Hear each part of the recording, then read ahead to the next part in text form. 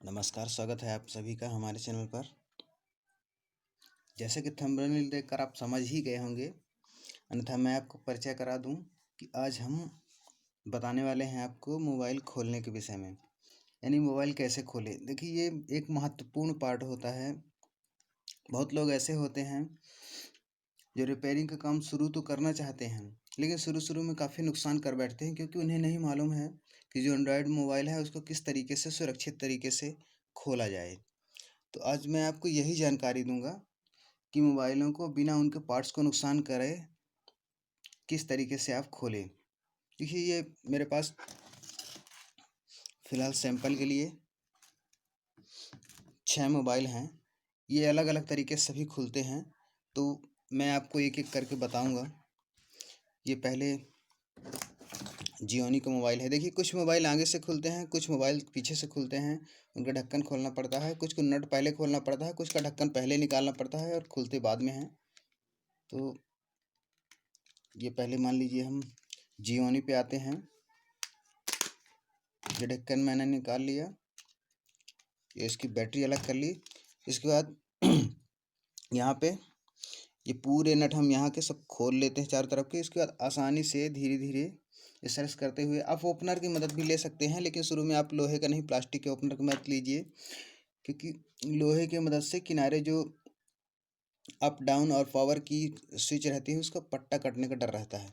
फिर इस तरीके से धीरे से आप उठा लीजिए, ये आपको मोबाइल खुल गया।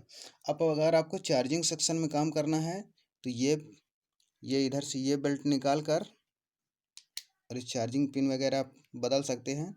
और आपको अगर मदरबोर्ड में काम करना है तो ये बेल्ट निकाल कर और ये बेल्ट निकाल कर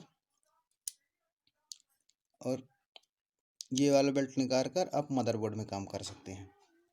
ये तो रहा एक प्रकार का। अब आइए चलते हैं अगले मोबाइल की तरह।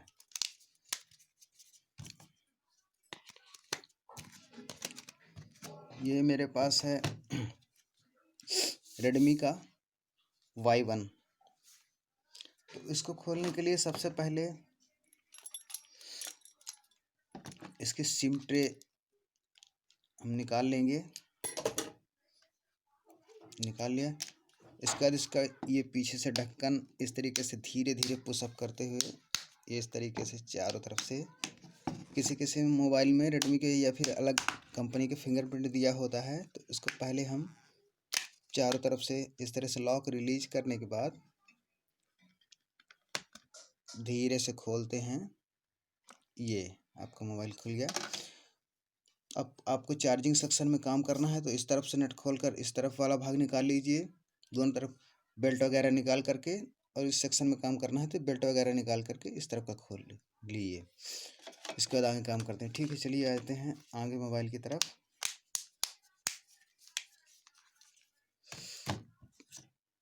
ये है टेक्नो का मेरे पास KB2।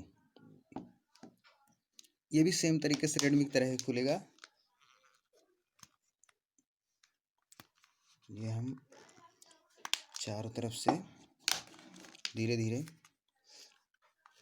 इसका लॉक खोलने के बाद इसको सेफ्टी से इस तरीके से खोल लेते हैं। ये देखिए, सिंपल। प्लेट दोनों में सेम ही दी हुई है। लगभग 80% मोबाइलों में आजकल जो आते हैं मदरबोर्ड सेक्शन और चार्जिंग सेक्शन, ये चार्जिंग सेक्शन हो गया और ये मदरबोर्ड सेक्शन हो गया, दोनों अलग अलग दिया रहता है। तो आपको जिस पार्ट में काम करना हो आप वही पार्ट खोलें, पूरा नहीं खोलें। इसी सेम तरीके से ये भी खुलेगा। ये स्पाइस का मोबाइल है।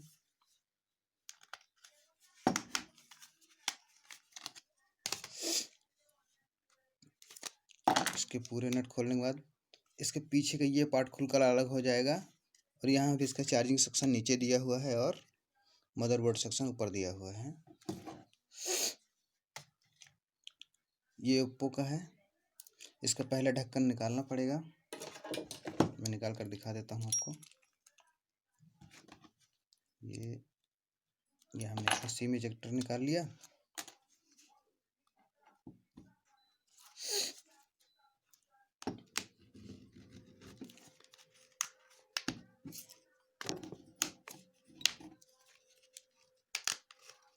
ये देखिए, इसके बाद हमने इसको ढक्कन को अलग कर लिया और अब ये मदरबोर्ड सेक्शन हो गया और ये चार्जिंग सेक्शन।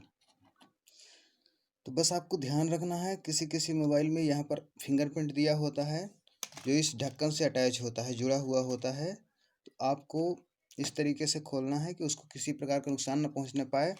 जिनमें फिंगरप्रिंट जुड़ा हुआ होता है तो उनको इस तरीके से धीरे से पलटा लेते हैं, फिंगरप्रिंट को इजेक्ट कर लेते हैं, इसके बाद आगे खोलते हैं ताकि हमारे फिंगरप्रिंट वाले पट्टा को किसी तरीके से नुकसान न पहुंचने पाए। धन्यवाद। आज का लेसन छोटा था लेकिन मुझे आशा है कि आपको पसंद आया होगा और आपके काम की चीज़ें मिली होंगी। अगर आपको लगे कि लाइक करने लायक है, शेयर करने लायक है, तो इसे लाइक कर दीजिए, शेयर कर दीजिए और आगे बने रहिए हमारे साथ। आगे आने वाले पार्ट्स में मैं आपको अब चार्जिंग पिन के बारे में बताऊंगा। चार्जिंग पिन हम किस तरीके से एंड्रॉयड की चेंज करें बिना मदरबोर्ड को नुकसान पहुंचाए हुए या फिर बिना बोर्ड को नुकसान पहुंचाए हुए। धन्यवाद।